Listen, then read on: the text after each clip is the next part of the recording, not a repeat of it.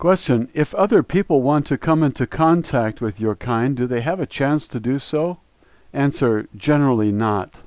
We avoid contact with you, and we operate on the surface only in remote areas, and there we use the mimicry techniques in case we should meet some people. That I am talking with you now does not mean that others will follow my example. It goes without saying that you could try to find an entrance to my world and penetrate your way into there. However, that could sooner lead to unpleasant consequences for the infiltrator. You have next to no chances on the surface of recognizing us. You can't even contact us directly. We have to contact you, just as I did with EF. Those kinds of contacts, however, are not the rule, but are very rare occurrences. Question: can you describe your subterranean homeland location? Answer: I can attempt to do so, but I certainly will not tell you where this place is located. My homeland lies in one of our smaller underground settlements to the east of here. I will give you some numbers so you can make a better impression for yourself. Just a minute. I have to try to convert the measurements approximately into your units. It's a dome-shaped cavern at a distance of about 4,300 meters from the Earth's surface. Wow. The cavern was organized as a colony about 3,000 years ago. A major portion of the ceiling structure is artificially integrated into the rock, and the form was remodeled into an almost elegantly proportioned and very flat dome with an oval ground plan. The diameter of the dome, according to your measures, is about 2.5 kilometers. Oh! The height of the dome at the highest point is about 220 meters. Underneath that highest point, in every colony there stands a special whitish-gray cylindrical building, a kind of supporting column, which holds the honeycomb net carrying structure of the dome. This building is the tallest, largest, and oldest in the entire dome, for it is always situated at the first construction, together with the security of the ceiling. In the meantime, of course, there were times when it was completed and reconditioned.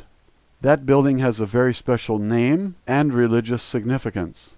We have only one of those columns. Larger colonies even have more columns, according to the construction of the ceiling. One of the main colonies in Inner Asia, as an example, 9 of those kinds of supports, but that colony is over 25 of your kilometers in size. The central building is generally a center of religion, but also a center for climate control and a center for the behavior and the regulation of the lighting system. We have at our location altogether 5 large artificial light sources which generate your UV light and its warmth through gravitational sources. The air shafts and the light systems from the surface likewise run through these columns, and naturally they are very intensely controlled. By the way, we have 3 air shafts and 2 elevator systems there, and even a tunnel connection to the next main colony, which lies approximately 500 kilometers to the southeast. Wow! One elevator shaft leads to a cavern near the surface. The other leads to one of our depots for the ships. You remember the cylindrical ships?